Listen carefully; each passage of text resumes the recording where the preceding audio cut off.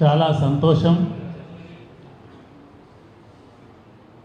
రాజ్యాంగ పరిరక్షణ సదస్సులో పాల్గొని ఓ 4 మాట్లాడే అవకాశం కల్పించిన వరంగల్ ఉమ్మడి జిల్లాల ఇంటలెక్చువల్ ఫోరం కార్యవర్గానికి అంతటికి పేరు పేరున అభినందిస్తూ ఈ సదస్సుకు అధ్యక్షుడిగా వ్యవహరిస్తున్న రిటైర్డ్ ప్రొఫెసర్ ఎర్రగట్టు స్వామి గారు, వేదికపై నాతో పాటు కూర్చున్న, వాస్తవంగా ప్రధాన వక్త ముందు మాట్లాడాలి, నన్ను ప్రధాన వక్త అని పిలిచి మీరు మాట్లాడతారు ఏంటి అనేది అనుకునే మనిషి కాదు కాబట్టి గౌరవనీయులు బొజ్జ భిక్షమయ్య గారు వాళ్ళందరినీ మాట్లాడియండి, చివరికి ఏం మిగిలితే ఏమన్నా మిగిలితే మాట్లాడతా అని చెప్పి అంటుంటే నేను విన్నా. గౌరవనీయులు బొజ్జ భిక్షమయ్య గారు, గౌరవనీయులు ప్రొఫెసర్ వీరన్న గారు, గౌరవనీయులు దరువు ఎల్లన్న గారు, మందాల భాస్కర్ గారు, దుర్గం భాస్కర్ గారు, వేదిక ముందు కూడా చాలామంది రిటైర్డ్ ప్రొఫెసర్స్ ఉన్నారు, పెద్దలు ఉన్నారు, వివిధ సంఘాల బాధ్యులు ఉన్నారు. సంఖ్య తక్కువైనా భారత్ బచావో బాధ్యులు ఉన్నారు. బ్రహ్మం గారు, అందరికీ పేరు పేరున నమస్కారాలు. ఇక్కడ నేను ఇప్పుడు ప్రజాప్రతినిధిగా ఉన్నాను. రాజ్యాంగ పరిరక్షణలో ప్రజాప్రతినిధుల పాత్ర అనేది మీరు చెప్తే విందామని నేను వచ్చిన. అంటే మేము చేయవలసింది చేస్తున్నామా లేదా, అసలు ఆ పద్ధతులు ఉన్నామా లేమా అని. కానీ అంతకంటే ముందు నేను ఒక రిటైర్డ్ హై స్కూల్ హెడ్ మాస్టర్ను, ఒక ఉపాధ్యాయుని కాబట్టి భారత రాజ్యాంగం దాని విలువేంటి, దాన్ని నిలబెట్టుకోవాల్సిన అవసరం ఏంది కొంతైనా గుర్తెరిగిన వాడిని కాబట్టి నా పేరులో ఉండొచ్చు, నేను అగ్రవర్ణంగా ఉండొచ్చు, కానీ నేను ఖచ్చితంగా చెప్తాను, ఈ దేశానికి స్వాతంత్రం రాకపోతే, భారత రాజ్యాంగమే లేకపోతే, అటువంటి పాలన లేకపోతే నేను ఉపాధ్యాయుని అయ్యేవాడిని కాదు, ఇప్పుడు ఎమ్మెల్సీ అయ్యేవాడిని కూడా కాదు. అది వాస్తవం. అది గుర్తెరిగే నేను ఎప్పుడు నా కర్తవ్యాన్ని నిర్వర్తించడంలో ముందు వెళ్తున్నాను. రాజ్యాంగాన్ని రక్షించవలసిన బాధ్యత ఎందుకు వచ్చింది, అవసరం ఎందుకు వచ్చింది? రాజ్యాంగం అమల్లోకి వచ్చి 75 సంవత్సరాలు మన జనవరికి పూర్తయి 75 సంవత్సరాలకు వచ్చాం. 74 అయిపోయి 75 వచ్చాం. ఎవరి ద్వారా వచ్చింది? నాకంటే ముందు వక్తలు చాలామంది చెప్పారు. నేడు కేంద్రంలో పరిపాలిస్తున్న పాలక పార్టీ బీజేపీ వల్ల ఈ రాజ్యాంగానికి చాలా పెద్ద ప్రమాదం వచ్చింది. అందుకే మాకు 400 ఇవ్వండి, మేము ఎట్లయినా రాసుకునే అవకాశం వస్తుందని చెప్పి అంటున్నారు. కానీ భారత ప్రజలందరూ కనుక ఒక్కతాటిపై నిలబడి రాజ్యాంగాన్ని మారిస్తే, ఖబర్దార్ మేము ఒప్పుకోమనే మాట కనుక మాట్లాడితే మార్చే సాహసం ఎవరు చేయరు. కానీ అది మాట్లాడే సాహసమే చేస్తే తప్పనిసరిగా జూన్ 4వ తారీఖు నాడు రిజల్ట్స్లో ఇండియా కూటమే పాలనలోకి వస్తుంది, రావాలి. అది తక్షణ అవసరంగా ఉంది. కత్తి వెంకటస్వామి గారు మాట్లాడుతూ వారు వెళ్ళారు, కానీ వారు రాకపోతే ఏందనేది కూడా మాట చెప్పారు. అది ఆ తర్వాత ఆలోచించుకోవాల్సింది, ఆ తర్వాత చర్చించుకోవాల్సింది. ప్రజాప్రతినిధులుగా మాట్లాడటం, రక్షణలో, భారత రాజ్యాంగం రక్షించడంలో ఓ ప్రయత్నం చేద్దామనే అంశానికి వచ్చినట్లయితే, నేను నాకు సమయం ఉన్నప్పుడు అప్పుడప్పుడు అసెంబ్లీ లైబ్రరీ ఉంటుంది. ఆ లైబ్రరీలో గత ప్రొసీడింగ్స్ అన్నీ ఉంటాయి. అంటే 1952లో మొట్టమొదటి శాసనసభ ఉమ్మడి హైదరాబాద్ రాష్ట్రం, అప్పటికి ఇంకా ఆంధ్రప్రదేశ్ లేదు, హైదరాబాద్ రాష్ట్రం, నిజాం స్టేట్, ఏం మాట్లాడి అక్కడి నుంచి చదివే ప్రయత్నం చేస్తుంటాను. ఒక సందర్భంలో చదివేటప్పుడు నాకు ఏం కనిపించిందంటే పెద్దలు మాట్లాడుతూ అంటే ఒక సభ్యుడు మాట్లాడుతూ అసెంబ్లీ 90 రోజుల పాటు నడవాలి అంటే సంవత్సరానికి 360 రోజులు ఉంటాయి. ఈ 365 రోజులలో 90 రోజుల పాటు నడవాలి, కానీ ఇప్పుడు 50 నుంచి 60 రోజులు కూడా నడుస్తలేదు అని తన ఆందోళన వ్యక్తం చేసిండు. కానీ నేను ఎన్నికై 5 సంవత్సరాలు పూర్తయింది, 6వ సంవత్సరం నడుస్తుంది. ఇప్పుడు ఎన్ని రోజులు నడుస్తుందో తెలుసా?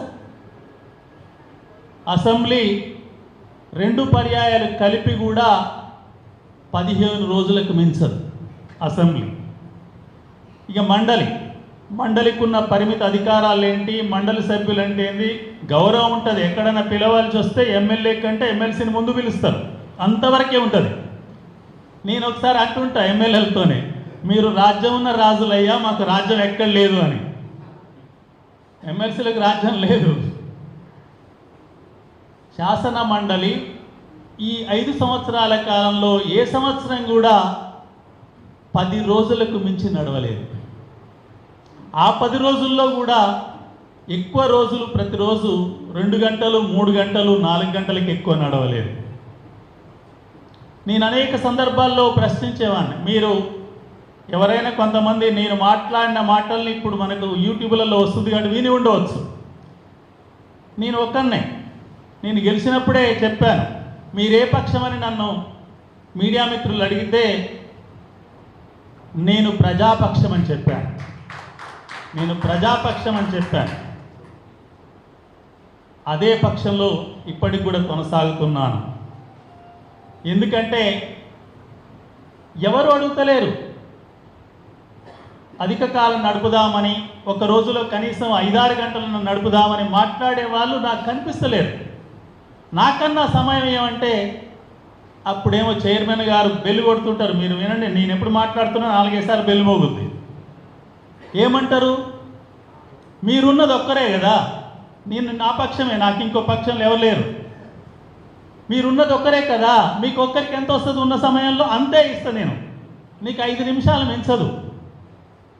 లేదా బెల్లు కొడుతుంటే మాట్లాడుతూ 10 నిమిషాల వరకు మాట్లాడు. ఆ తర్వాత ఏమైంది, మైక్ కట్ అయ్యే అవకాశం ఉంటుంది. మైక్ కట్ చేయించుకున్నంత వరకు పోవటం ఒక ఉపాధ్యాయునిగా నాకు అసలు మానసికంగా ఇబ్బందిగా ఉంటుంది. అంటే ఇది కూడా ఇంటలెక్చువల్ ఫోరం కానీ ప్రజా సంఘాలు కానీ ఇవన్నీ గుర్తించాలి. అంటే అక్కడ ఎవరో ఒక ప్రజాప్రతినిధి చట్టసభలు ఎక్కువ నడపండి అని చెప్పడం కంటే ఓటేసే ప్రజలే అడగాలి, ఏం చట్టసభలు నడుస్తున్నాయి, ఏం చర్చిస్తున్నారు, మీ చర్చలేంటి, ఎందుకు చట్టసభ అనవలసిన అవసరం కూడా ఉందనేది నేను ఒక చట్టసభ సభ్యునిగా మీకు విజ్ఞప్తి చేస్తున్నా. రెండవది, ప్రొసీడింగ్స్లో కూడా ఎంత తేడా ఉంటుందంటే ఒక బిల్లుకి అమెండ్మెంట్ వస్తుంది, అంతకుముందు చట్టం అయి ఉంటుంది ఒకటి, ఆ చట్టానికి అమెండ్మెంట్ అంటే అనుబంధంగా మార్పు కొరకు ఒక అమెండ్మెంట్ బిల్లు వస్తుంది. ఏ బిల్లు కూడా పాలక పక్షానికి తెలుస్తాయి, అన్నీ వాళ్ళే పెడతారు కాబట్టి ప్రతిపక్ష సభ్యులకు బిల్లు టేబుల్ మీదకి వచ్చినాకనే అంటే సభకు వచ్చినాకనే ఆ కాపీ ఇస్తారు. నేను అనేకసార్లు డిమాండ్ చేశాను, మీరు అమెండ్మెంట్ బిల్లు పెట్టేటప్పుడు ఒరిజినల్ బిల్లు మొదటి బిల్లు ఇవ్వకుండా, మొదటి చట్టం ఇవ్వకుండా అమెండ్మెంట్ పెడితే మాకేం అర్థమైంది? నువ్వు క్లాస్ 1లో సబ్ క్లాస్ 2లో ఇది చేరుస్తున్నావంటే అసలు క్లాస్ 1 ఏముంది, సబ్ క్లాస్ 2 ఏముంది నాకు తెలియకుండా నేను దాని మీద ఏం మాట్లాడాలి, ఏమి స్పందించాలి ఒక చట్టసభ సభ్యుని. కానీ నేను అనేక సందర్భాల్లో మాట్లాడిన సందర్భం ఉంది. ఇవన్నీ రికార్డుగా బయటికి రావు, చైర్మన్తో నేను చర్చిస్తా, అవి రికార్డ్ చేయనియరు. కాబట్టి ఈ లోపాన్ని కూడా సవరించవలసిన అవసరం. సరే, ఏమైనా ఇప్పుడు రేపు 27వ తారీఖు నాడు వరంగల్, ఖమ్మం, నల్గొండ పట్టభద్రుల శాసన మండలి సభ్యుని ఎన్నిక ఉంది. ఈ సందర్భంగా కూడా ఈ సదస్సు పెట్టే అవకాశం కనిపించింది. నేను కోరేది ఒకటే, రాజ్యాంగాన్ని పరిరక్షించుకోవాలనుకుంటున్నాం, దానికి ప్రమాదం వచ్చిందని చెప్పుకుంటున్నాం. నేడు పోటీలో చాలామంది అభ్యర్థులు బ్యాలెట్ పేపర్లో కనిపించవచ్చు, కానీ ప్రధాన పోటీ ముగ్గురు మధ్యనే ఉంది. మీకు తెలుసు, నాకు తెలుసు. ఆ ముగ్గురు మధ్యలో పరిశీలించినప్పుడు ఈనాడు రాజ్యాంగాన్ని ఈ మేరకైనా నిలబడి, ఈ మేరకైనా భారతదేశం అభివృద్ధి పదంలో నడిచిందంటే, ఈ మేరకైనా మనం ఆహార కొరత లేకుండా 4 మెతుకులు తింటున్నామంటే అది ఈ దేశంలో కాంగ్రెస్ పార్టీ అత్యధిక కాలం పరిపాలించడం వల్లనే జరిగింది. అందుకనే కాంగ్రెస్ పార్టీ అభ్యర్థిని గెలిపించుకోవాల్సిన అవసరం తక్షణం ఉందనేది నేను కూడా అభిప్రాయపడుతున్నాను. ఇక మిగతా 2 పార్టీల అభ్యర్థులు చూస్తే నాకు 2 పార్టీల వల్ల ఇద్దరు కలిపి ఒకే పార్టీ అనిపిస్తుంది. మీరు ఎవరు మాట్లాడేటోళ్ళు అది ఇంకా ప్రస్తావించిన నాకు అనుమానం వచ్చింది. ఎందుకంటే నిన్న సాయంత్రం 8 గంటలకు V6లో బీఆర్ఎస్ పార్టీ అభ్యర్థి తన ఇంటర్వ్యూ ఇచ్చిండు. ఇచ్చే సందర్భంలో మీరు పలాని పార్టీ నుంచి వచ్చారు కదా అంటే, ఆ కార్యకర్తలందరూ నా గుండెల్లో ఉన్నారు అనే మాట వాడినాక అప్పుడు నాకు 2 పార్టీలు ఒకటే, ముఖ్యంగా ఇద్దరు అభ్యర్థులైతే ఒక్కరే, అంటే రాజ్యాంగాన్ని ధ్వంసం చేసే వాళ్ళే తప్ప రాజ్యాంగాన్ని రక్షించే వాళ్ళు కాదు అనేది స్పష్టంగా అర్థమైపోయింది. ఇది నేడు మన ముందున్న తక్షణ కర్తవ్యం. అందుకొరకు తెలంగాణ రాష్ట్రంలో నేను మొన్న పార్లమెంట్ ఎన్నికలలో కూడా, లోక్సభ ఎన్నికలలో కూడా 2-3 చోట్ల ప్రెస్ మీట్ పెట్టాను. నా కోరిక ఒకటే ఉండే, ఈ రాజ్యాంగాన్ని ధ్వంసం చేసే వాళ్లకు ఈ తెలంగాణ రాష్ట్రంలో కూడా సీట్ ఎందుకు ఇవ్వాలి? సీట్ ఇవ్వకూడదు కదా లోక్సభ సభ్యునిగా. నిజంగా మనం అందరం కనుక ఖచ్చితంగా అనుకుంటే తెలంగాణ రాష్ట్రంలో ఈ ధ్వంసం చేసే పార్టీ లేదా కేంద్రంలో అధికారంలో ఉన్న పార్టీకి ఒక్క సీటు కూడా రాదు, రాకపోయేది. రేపు వస్తే మనం అందరం సరైన స్థితిలో ఆచరణ చేయలేకపోయినాం. ఆలోచిస్తున్నాం, ఆందోళన చెందుతున్నాం, సదస్సులు పెడుతున్నాం, కానీ ఆ ఆందోళనని, ఆలోచనని ఓటర్ దగ్గర తీసుకుపోవడంలో వెనకబడబట్టే వాళ్ళకి సీట్ వచ్చింది అనుకోవాలి తప్ప తెలంగాణ రాష్ట్రం వాళ్ళకి సీట్ ఇస్తాం సిద్ధంగా ఏం లేదు. ఇది కూడా మనం గుర్తెరిగి రాబోయే కాలంలో తెలంగాణ అంటే రాజ్యాంగ రక్షణకు ముందున్న గడ్డగా ఉండాలి. తెలంగాణ అంటే రాజ్యాంగంలో ఉన్న సామాజిక ఆర్థిక అంతరాలని తొలగించేటందుకు ముందుగా ప్రయత్నం చేసే, ప్రజానికం ఉన్న పోరాటాలు చేసే గడ్డగా ఉండాలి. అదే సాయుధ తెలంగాణ పోరాట వారసత్వం మనది. ఆ వారసత్వాన్ని నిలబెట్టుకొని రాజ్యాంగంలో ఉన్న చాలా అంశాలు వీరన్న మాట్లాడుతూ చెప్పారు. ఆదేశిక సూత్రాలు, అసలు ఆదేశిక సూత్రాల్లో పెట్టడమే రాజ్యాంగం ఆదేశిస్తుంది తప్ప అమలు చేయమని గట్టిగా చెప్పదు. అలానే ఉందట. ఏదైతే ప్రాథమిక హక్కులకు ఉన్నంత వెయిటేజ్ ఆదేశిక సూత్రాలకు లేదట. ఇవాళ సామాజిక అంతరాలు పోవాలన్నా, ఆర్థిక అంతరాలు పోవాలన్నా ఆదేశిత సూత్రాలు ఉన్న ఆర్టికల్ను అమలు చేస్తున్నాయి కదా. కానీ ఏమైంది?